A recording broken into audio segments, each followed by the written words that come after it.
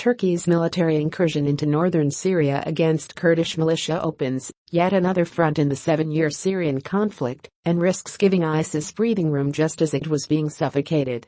Turkey has long warned that it will not tolerate control of much of its border with Syria by the terrorist Kurdish YPG militia, even as the U.S. has bolstered its support for the YPG as its proxy in the fight against ISIS. In effect, one NATO member is trying to take down a group which is trained and armed by another, and which has done much of the fighting against ISIS, while Syrian President Bashar al-Assad fumes on the sidelines. To Turkish President Recep Tayyip Erdogan, the YPG are indistinguishable from the Kurdish separatist group in Turkey, the Kurdistan Workers' Party or PKK. The offensive, euphemistically called Operation Olive Branch, began with dozens of airstrikes Saturday. On Sunday, Turkish troops crossed into Syria, supported by rebel factions. The commander of one rebel group supporting the Turkish offensive said 13,000 fighters were involved.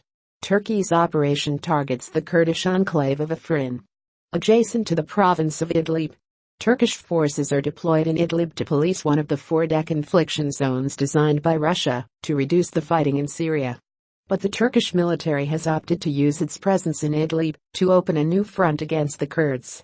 The Turkish military said airstrikes had destroyed 45 targets, including barracks and weapon depots. The YPG says airstrikes have targeted at least 100 locations, but it also claims that resistance has blunted the early stages of the ground offensive. Turkey's Deputy Prime Minister Bekir Bozdağ says the Turkish border town of Rihanli was hit by a YPG missile fired from inside Syria, killing 1 and injuring more than 30. The Turkish border city of Kilis was also hit by rockets fired from Syria on Sunday, according to Turkey's state-run news agency, Anadolu. In statement released Sunday, the Syrian Democratic Forces SDF denied it was to blame for the attack on Rihanli.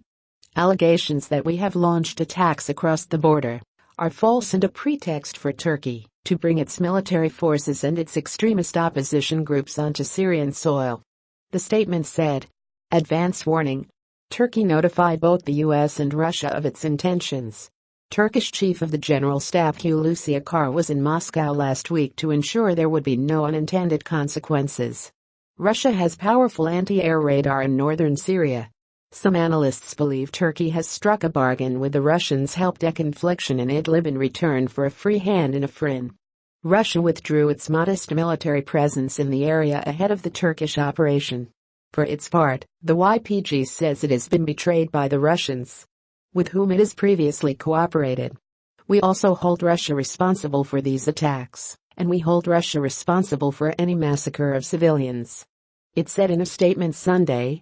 Now everything depends on how extensive the Turkish operation is. If the goal is a limited buffer zone along the border, conflict may be contained. But if Turkey wants to seize the city of Afrin, and then launches a second front to seize the town of Manbij further east, another war within the war in Syria will erupt. Mattis, "We'll work this out." The U.S. is calling for restraint by all sides but has not, unlike Iran, demanded an end to Turkish military operations. The State Department said Sunday that the U.S. was concerned about the plight of innocent civilians and called on Turkey to ensure that its military operations remain limited in scope. U.S. Defense Secretary Jim Mattis, speaking on his way to Asia, said, "We are working now on the way ahead. We'll work this out." Mattis added that Turkey has legitimate security concerns in northern Syria. The current evidence suggests Turkey's aims are far from limited. Erdogan has demanded the surrender of Manbij, where U.S. forces are present. The Turkish president insisted Saturday, beginning from the west, "Step by step, we will annihilate the terror corridor up to the Iraqi border." The U.S. has justified its support for the SDF, an umbrella group in which the YPG is the largest player, as a critical part of the strategy to prevent ISIS re-emerging. The dispute has driven relations between Washington and Ankara almost to breaking point. For Ankara, the last straw was a U.S. plan announced earlier this month to train 30,000 SDF troops to patrol the Turkish and Iraqi borders. Erdogan tweeted, "The U.S. has now acknowledged that it has established a terror army along our borders." Provoking a wider war, the Washington-based Institute for the Study of War noted at the weekend that Turkey's operations threatened to provoke a widening Turkish-Kurdish war that could unravel the U.S. stabilization effort in eastern Syria and force the U.S. to reconsider support for the YPG. For Erdogan, sending in the troops plays well to his nationalist base in Turkey and has won the support of opposition parties.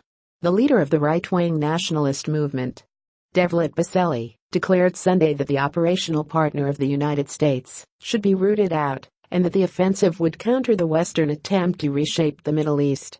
The leader of the main opposition Republican People's Party, Kemal Kılıçdaroğlu, chimed in, saying, "We want the imperialist powers to leave the Middle East." Turkey is one of the triad of governments with Russia and Iran that have assumed the task of bringing peace, or at least the end of conflict, to Syria. But the Afrin operation could upend that goal and allow jihadist groups in Idlib, as well as ISIS, the opportunity to regroup. ISIS fighters made a sudden reappearance in South Idlib last week, killing and capturing a number of regime soldiers.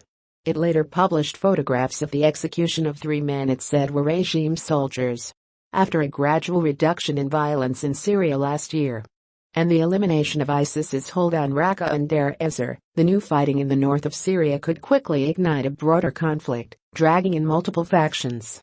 According to the United Nations, more than 200,000 civilians have fled the regime's offensive in southern Idlib since mid-December, joining more than 1 million displaced Syrians penned into an ever-shrinking patch of rebel-held territory, where the former al-Qaeda affiliate Hayat Tahrir al-Sham holds sway. Any thought those desperate civilians may have had of seeking refuge in Kurdish-held Afrin, already crowded with an estimated 600,000 people, is fast evaporating.